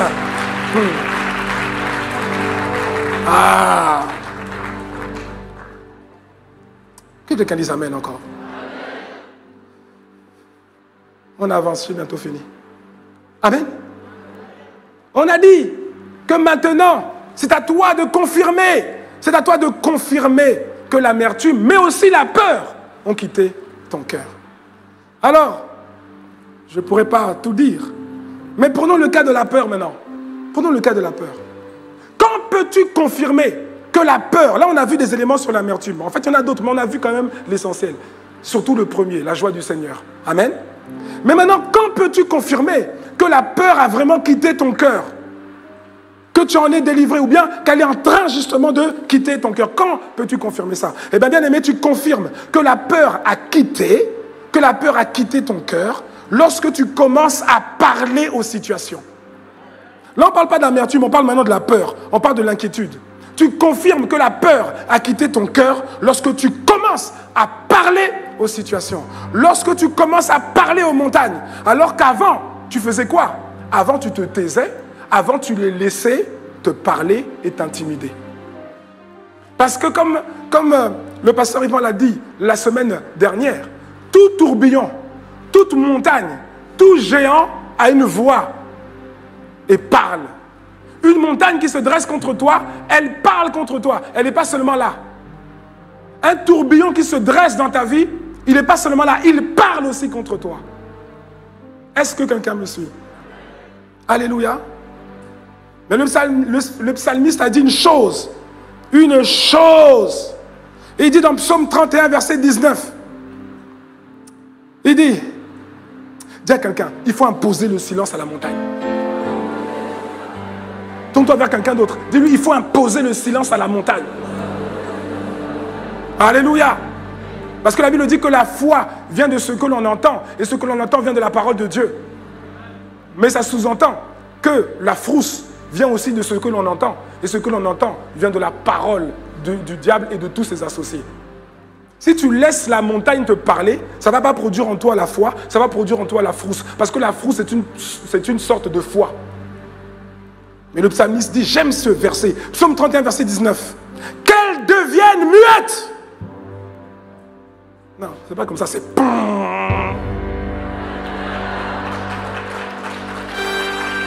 Qu'elle devienne muette. Faut pas les laisser parler. Qu'elles deviennent muettes, les lèvres menteuses qui parlent avec audace contre le juste, c'est-à-dire contre toi. Qu'elles deviennent muettes les lèvres menteuses, qui parlent avec audace contre le juste, avec arrogance et avec dédain. Ne laisse pas cette maladie parler. Le problème, c'est que tu la laisses te parler. Elle a des lèvres. Toute situation a une bouche. Toute situation a une voix. Le problème, c'est que tes oreilles ne sont pas faites pour écouter cette voix. Tes oreilles sont faites pour écouter la voix de Dieu, la voix du Saint-Esprit, la parole de Dieu. Et donc, qu'est-ce que tu dois faire? Tu dois commander à cette montagne de se taire. Tu dois commander à cette maladie de se taire. Parce qu'elle parle avec des lèvres menteuses. Elle est en train de te dire, je vais te tuer. Comme j'ai tué tes parents, comme j'ai tué tes oncles, comme j'ai tué tes grands-parents, je vais te tuer. Et après toi, je tuerai tes enfants, je tuerai tes petits-enfants, je les tuerai tous. Tu dis, tais-toi. Tais-toi. Qu'elle devienne muette. Ouais. Ça. Quand tu commences à parler comme ça aux situations, tu es en train de montrer, tu es en train de confirmer que la peur est en train de quitter ton âme. Tu fais comme Jésus. Tu fais comme Jésus dans la barque, dans Marc chapitre 4, verset 39. Tu fais comme Jésus. Alors que les disciples étaient en train d'avoir peur, ils étaient en train de paniquer, ils étaient en train de parler à Dieu, ils étaient en train de parler à Dieu le Fils, ils étaient en train de parler à Jésus, ils étaient en train de prier, ils étaient en train de prier, Jésus réveille-toi, Jésus nous sommes en train de mourir, Jésus réveille-toi. Lui il s'est réveillé, la Bible dit qu'il s'est réveillé, s'étant réveillé, il menaça le vent et il dit à la mer, silence! Et il dit, tais-toi!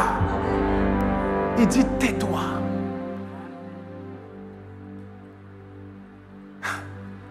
Bien-aimé, c'est spirituel. C'est spirituel. Jésus n'est pas fou. S'il dit tais-toi, ça veut dire que le vent et la mer ont des oreilles. Oui, oui. Ça veut dire que tes situations, elles ont des oreilles. Elles ont une voix, une bouche qui a trop parlé. Maintenant, il est temps de dire silence et de dire tais-toi. Quand tu vas commencer à faire ça, là, on va voir que vraiment la peur est en train de quitter ton âme. C'est une preuve. Alléluia. C'est une preuve. Tu fais comme David.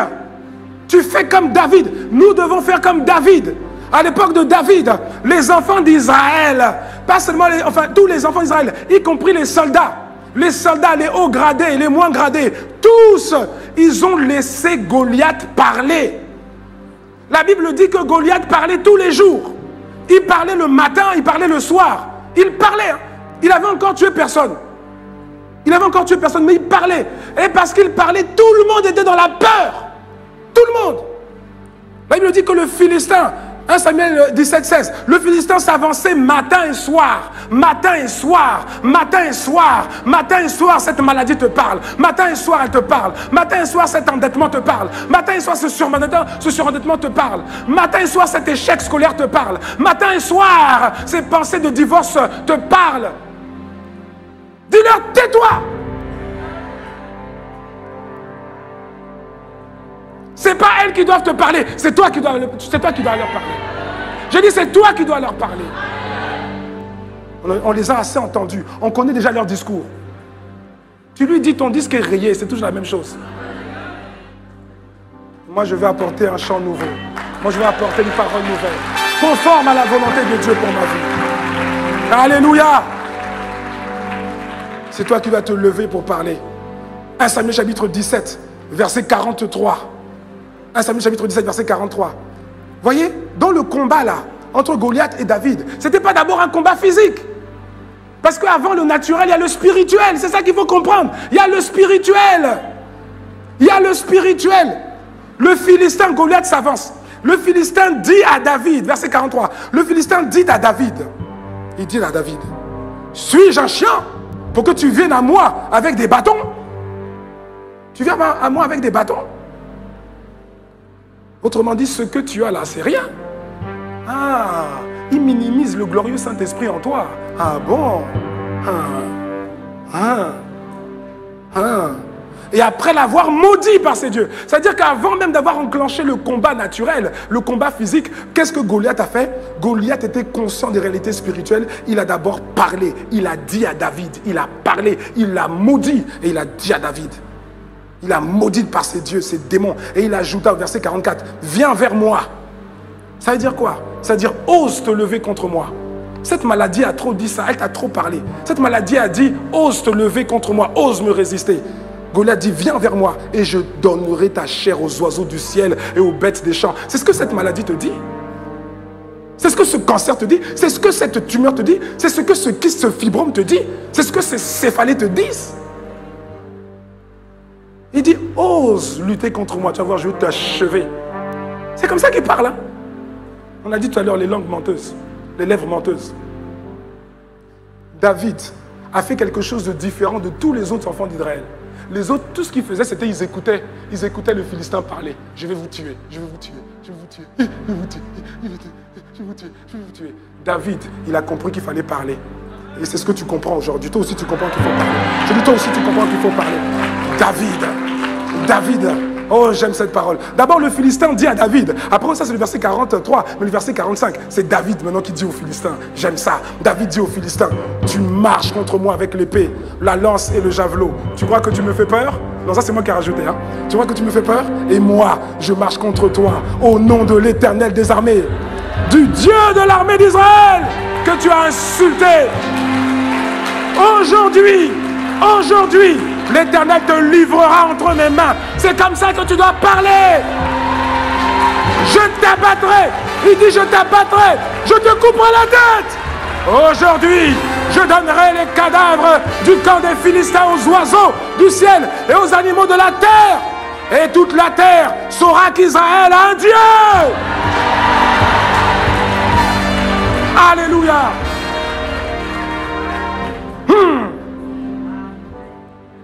Ah, j'aime ça. Et il continue. Et il dit, et toute cette multitude saura que ce n'est ni par l'épée, ni par la lance que l'Éternel sauve, car la victoire appartient à l'Éternel. C'est ce qu'on a chanté tout à l'heure. La victoire appartient à l'Éternel et il vous livre entre nos mains. Parle! C'est le moment de parler. Je proclame et je décrète que tu es libéré de la peur, tu es libéré de l'inquiétude, parce que maintenant, tu te décides de parler. À partir de maintenant, tu parleras aux situations, tu parleras aux montagnes, tu parleras aux Goliaths, tu parleras aux vallées, tu parleras aux tourbillons. Tu ne les laisseras pas parler, tu te lèveras et tu parleras au nom puissant de Jésus.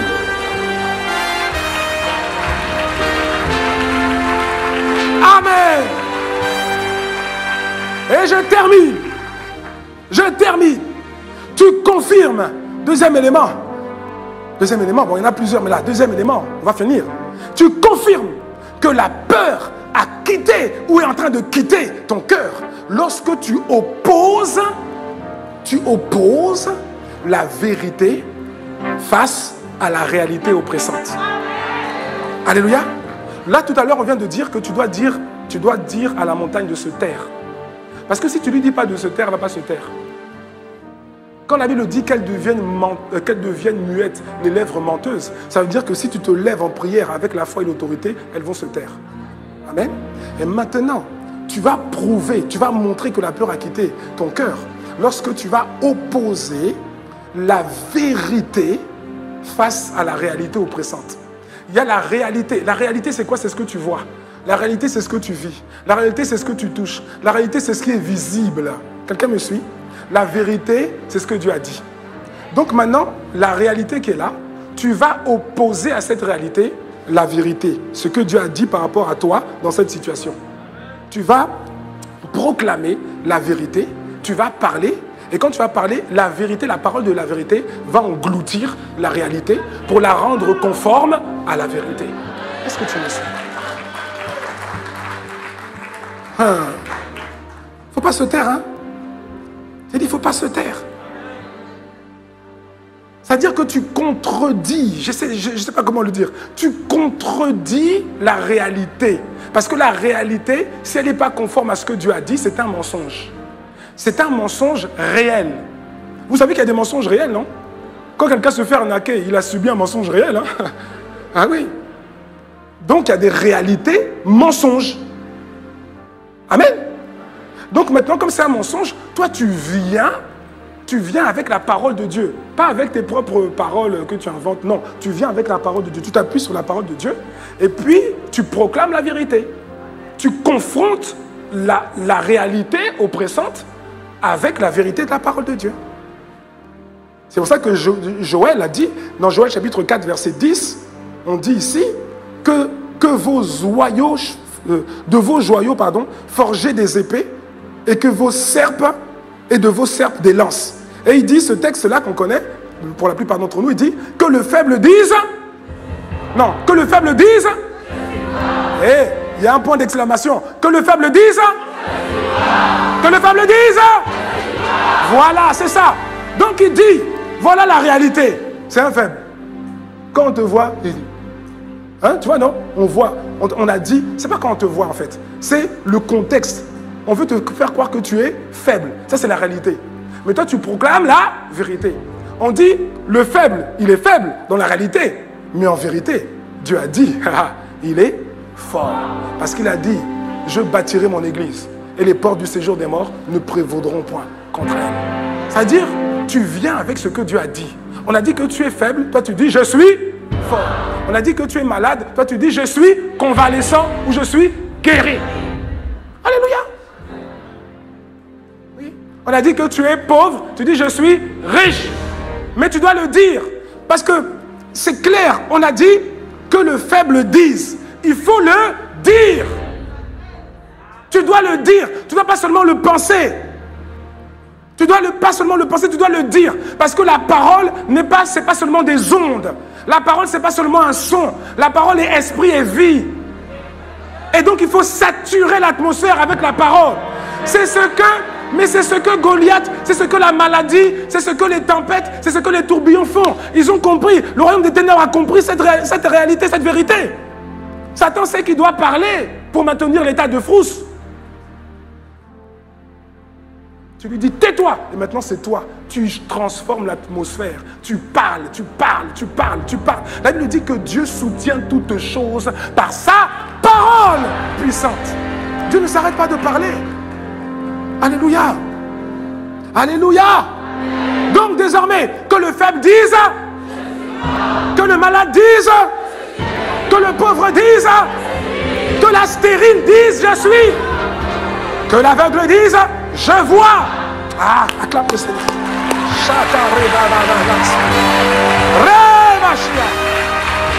Rabashia. Dernier passage, dernier passage, dernier passage, dernier passage. Zacharie chapitre 2, versets 1 à 4. On termine avec ça. Zacharie chapitre 2, versets 1 à 4. Ouh, Shamaka. Ah! Dans certaines versions, c'est bizarre, dans certaines versions, les versets sont décalés. Ils sont un peu décalés. Hein, je crois que Semeur, c'est un peu décalé. Mais c'est dans Zacharie chapitre 2 au début. Amen. Ah, j'aime cette parole. Acclame déjà le Seigneur, c'est trop fort. Acclame, acclame, acclame.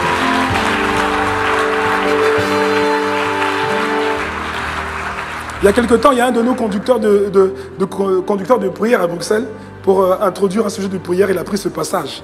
J'ai dit, waouh, c'est trop fort, c'est trop fort. Verset 1. Je levai les yeux et je regardais. Et voici, il y avait un homme tenant dans la main un cordeau pour mesurer. Alors imagine la scène. Il y a quelqu'un, on n'a pas dit, je regardais devant moi. On n'a pas dit, je regardais au sol. On a dit, je levais les yeux. C'est pas naturel. Dis avec moi, c'est spirituel. Je levais les yeux. C'est spirituel. Je levais les yeux et voici, il y avait un homme tenant dans la main un cordeau pour mesurer. Il avait, bon, disons 1 mètre. Hein, il avait quelque chose pour mesurer. Je dis, où vas-tu? Et il me dit, je vais mesurer Jérusalem. Toi, tu dois comprendre. Ça, c'est un texte prophétique, hein, Zacharie. Il dit, je vais mesurer Jérusalem. Dans ton cas, il dit, je vais mesurer ta vie. Je vais mesurer ta santé. Je vais mesurer ton niveau de prospérité. Je vais mesurer ta vie. Et il me dit, je vais mesurer Jérusalem pour voir de quelle largeur et de quelle longueur elle doit être. On n'a pas dit, pour mesurer quelque chose qui existe déjà, mais pour mesurer quelque chose qui doit devenir. Donc je vais prendre un mètre et je vais mesurer ta vie pour en poser les limites. Pour en poser les limites. Et quelqu'un dise, je vais mesurer Jérusalem pour voir de quelle largeur et de quelle longueur elle doit être. Et voici, l'ange qui parlait avec moi s'avança. Et un autre ange vint à sa rencontre. Il lui dit deux choses. Il lui dit, cours, bien-aimé, cours. Dis à ton voisin, cours. Il lui dit, parle à ce jeune homme. Il est en train de mesurer ta vie. Il est en train de poser des bornes de limitation à ta vie. Il dit, cours, parle à ce jeune homme. Et dit, Jérusalem sera une ville ouverte à cause de la multitude d'hommes et de bêtes qui seront au milieu d'elle. Ne limite pas Jérusalem. Ne limite pas ma vie. Alors qu'est-ce que tu dois faire? Tu dois te lever, tu dois courir et tu dois parler. Tu dois parler. Tu ne peux pas rester muet. On a essayé de limiter ta vie. De limiter ta vie. De limiter ta vie dans tous les domaines. Limiter ta santé. Limiter ta prospérité. On a dit, tu ne gagneras pas plus de 2 000 € par mois. 19 ans, tu cours et tu parles. Tu parles. Tu refuses ces limites. Tu refuses ces limites. Il a dit, élargis l'espace de ta tente. Élargis, élargis, élargis, élargis. Cours après et parle. Parle, mon frère. Je proclame et je décrète. Que tu es libéré de la peur. Tu es libéré de la peur. À partir d'aujourd'hui, systématiquement, face à la réalité oppressante, tu vas parler, tu vas amener la vérité de la parole de Dieu. Tu vas contredire la vérité avec la réalité, avec la vérité de la parole. C'est ce que tu vas faire. Le Saint-Esprit te rend capable de le faire. Tu le fais à partir d'aujourd'hui. Et personne ne peut t'arrêter. C'est fini.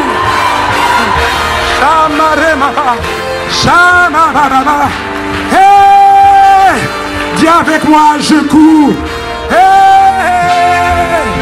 je parle. Dis avec moi, je cours et je parle. Je ne suis pas statique, je cours. Et je parle. J'annonce la parole de Dieu. Je cours. Je ne laisserai pas me limiter. Je parle. Encore une fois, je cours. Je parle. Avec foi, avec audace, je cours. Je ne me laisserai pas faire. C'est fini. Je parle. Je cours et je parle.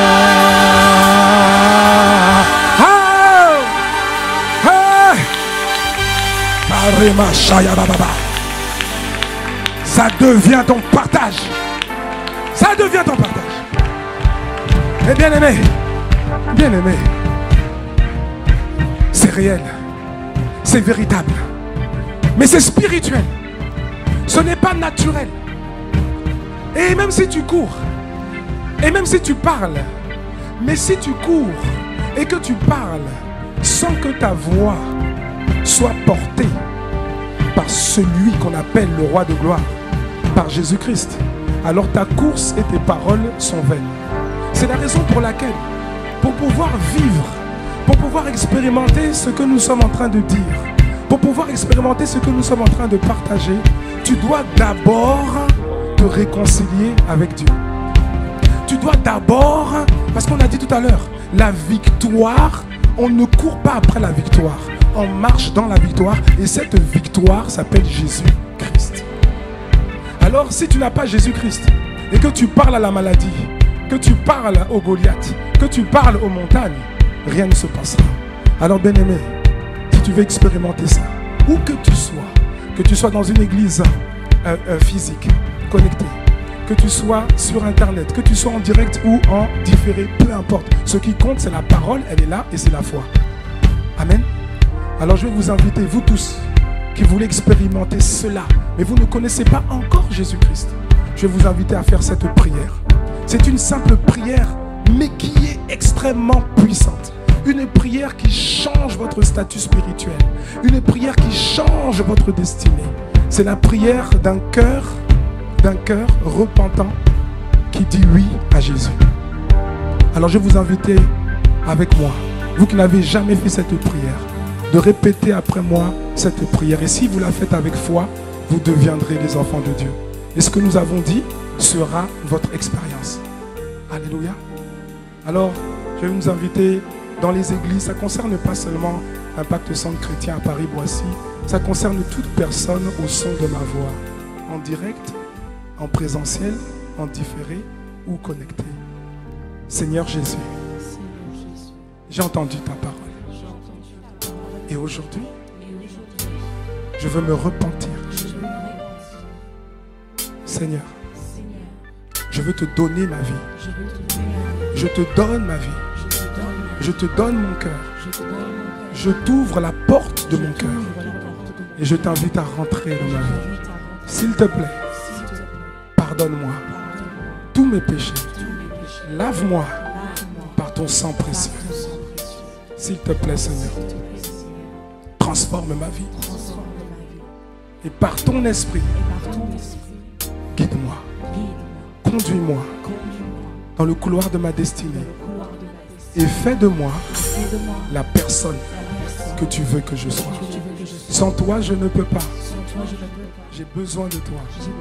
Et accorde-moi également la grâce de trouver à travers l'Église une main, des mains qui vont m'aider, qui vont m'accompagner à grandir et à faire de moi ce que je dois être en toi. Seigneur, c'est avec foi que je fais cette prière. À cause du sang de Jésus qui a été versé. À cause de la résurrection de Christ. Et à cause de ma prière, je deviens maintenant enfant de Dieu. Père, merci pour cette grâce. Au nom de Jésus. Amen. Amen. Ah, bien-aimé, nous voulons acclamer le Seigneur. S'il y a quelqu'un dans l'endroit où vous vous trouvez qui vient de faire cette prière pour la première fois, vraiment acclamez doublement, acclamez triplement, parce que le ciel se réjouit. Le ciel se réjouit. Dieu se réjouit. Alors, bien-aimé, vous qui venez de faire cette prière,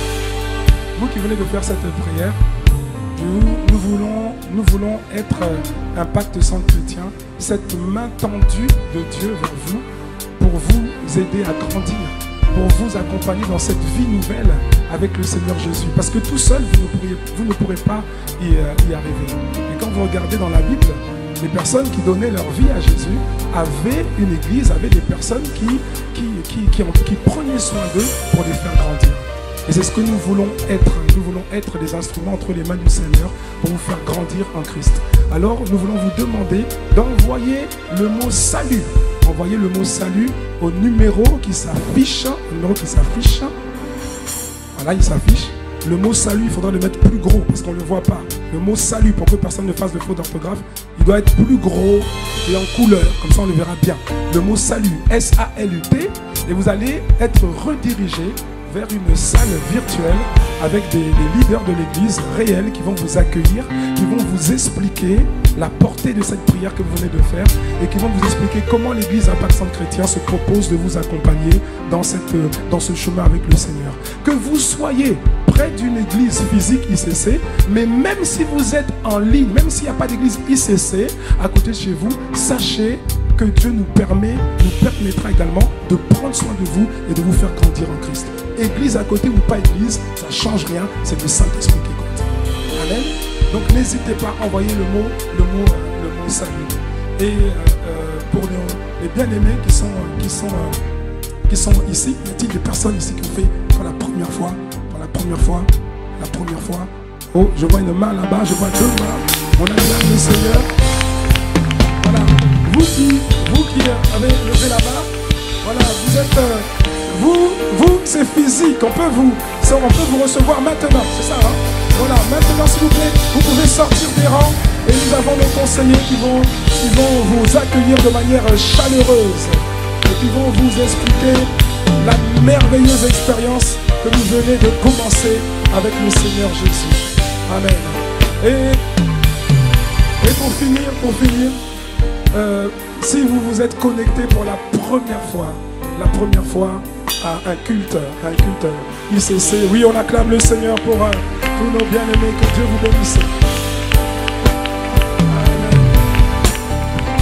Si vous vous êtes connecté pour la première fois à un culte en ligne ICC, nous vous demandons également de bien vouloir envoyer le mot nouveau.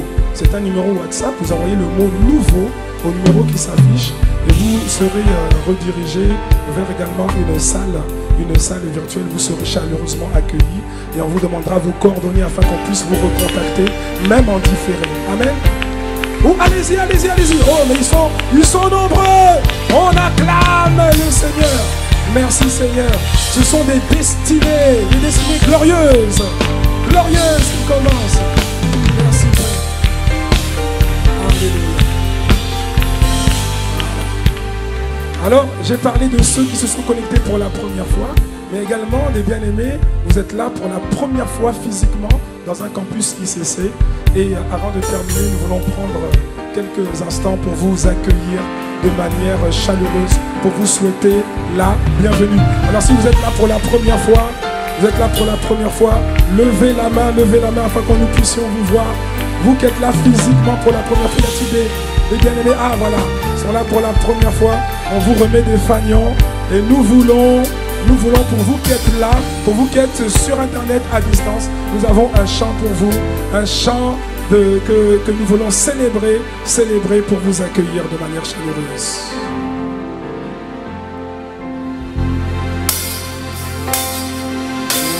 Dans tous les campus.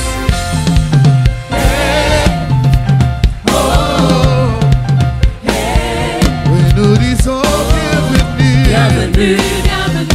Où ça?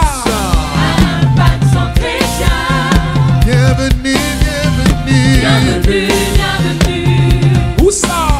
Impact sans chrétien. On y va. Seigneur, nous te consacrons nos frères et sœurs venus dans ta maison. Bénis-les. Que Dieu vous bénisse. Que le Seigneur vous remplisse. Que le Seigneur vous enveloppe, vous s'enveloppe. Oh Seigneur, bénis-les. Abondamment. Abondamment.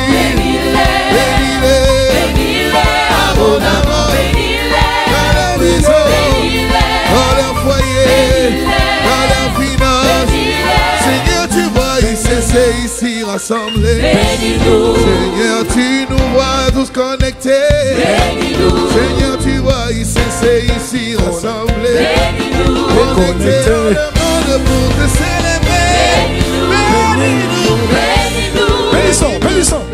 Avant de partir, bénis ton voisin, bénis ta voisine, libère des paroles de grâce, des paroles de faveur, de bénédiction sur sa vie. Amen, Seigneur, bénis-nous.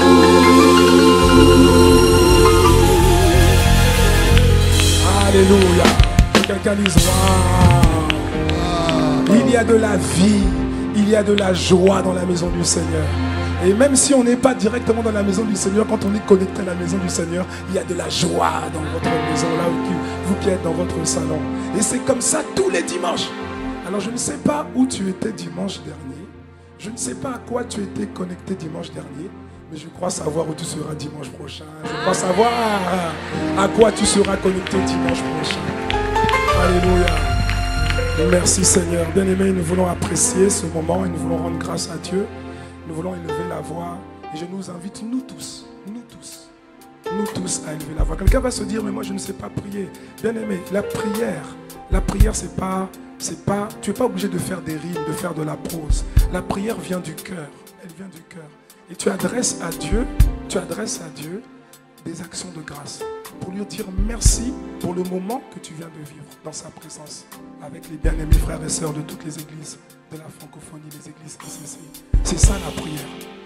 Alors tu parles, tu dis merci à Dieu avec les mots qui te viennent à cœur. Mais fais-le. Ne m'écoute pas seulement prier, n'écoute pas seulement ton voisin prier. Toi aussi, Dis merci à Dieu. Seigneur Père de grâce, dans le nom de Jésus, le Christ, nous voulons te dire merci. Nous voulons te dire merci, Seigneur, pour le souffle de vie que tu as renouvelé en nous ce matin et qui nous a permis de voir la lumière du jour. Nous voulons te dire merci parce que tu as conduit nos pas jusque dans les églises physiques, les églises, les assemblées. Et tu nous as permis de nous connecter, Seigneur, à ce culte. Et nous n'avons pas regardé un culte, non. Nous avons participé, oui. Nous avons rendu un culte à Dieu. Seigneur, nous prions, nous espérons que ce culte t'a été agréable. Que tu en as apprécié chaque moment. Que tu as apprécié notre adoration. Que tu as apprécié nos louanges. Nous prions, nous espérons que tu as apprécié nos acclamations. Que tu as apprécié nos offrandes et les dîmes qui ont été apportées dans ta maison. Seigneur, en ce qui nous concerne, nous avons apprécié ta présence.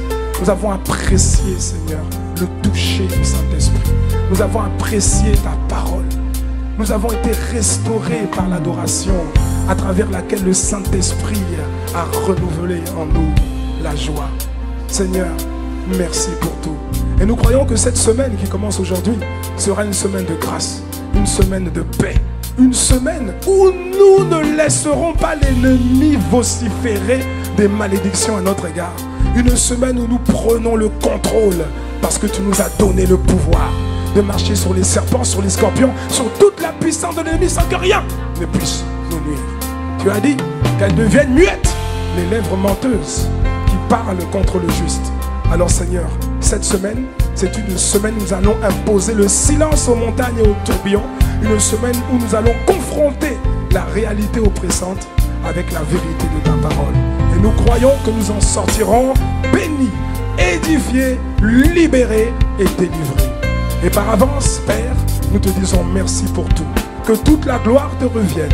Que la grâce de notre Seigneur Jésus-Christ, l'amour de Dieu notre Père et la communion du Saint-Esprit soit notre partage aujourd'hui et durant toute cette semaine. C'est avec joie, avec foi, que nous avons ainsi prié dans le nom puissant de Jésus le Christ. Voilà, que Dieu vous bénisse. Que Dieu vous bénisse. Passez une excellente semaine dans la présence de Dieu. Voilà, réécoutons la parole de Dieu. Partageons également afin que tout le monde, le plus grand nombre, soit édifié. Que Dieu vous bénisse. On est ensemble et on continue ensemble. God bless you. Que Dieu vous bénisse.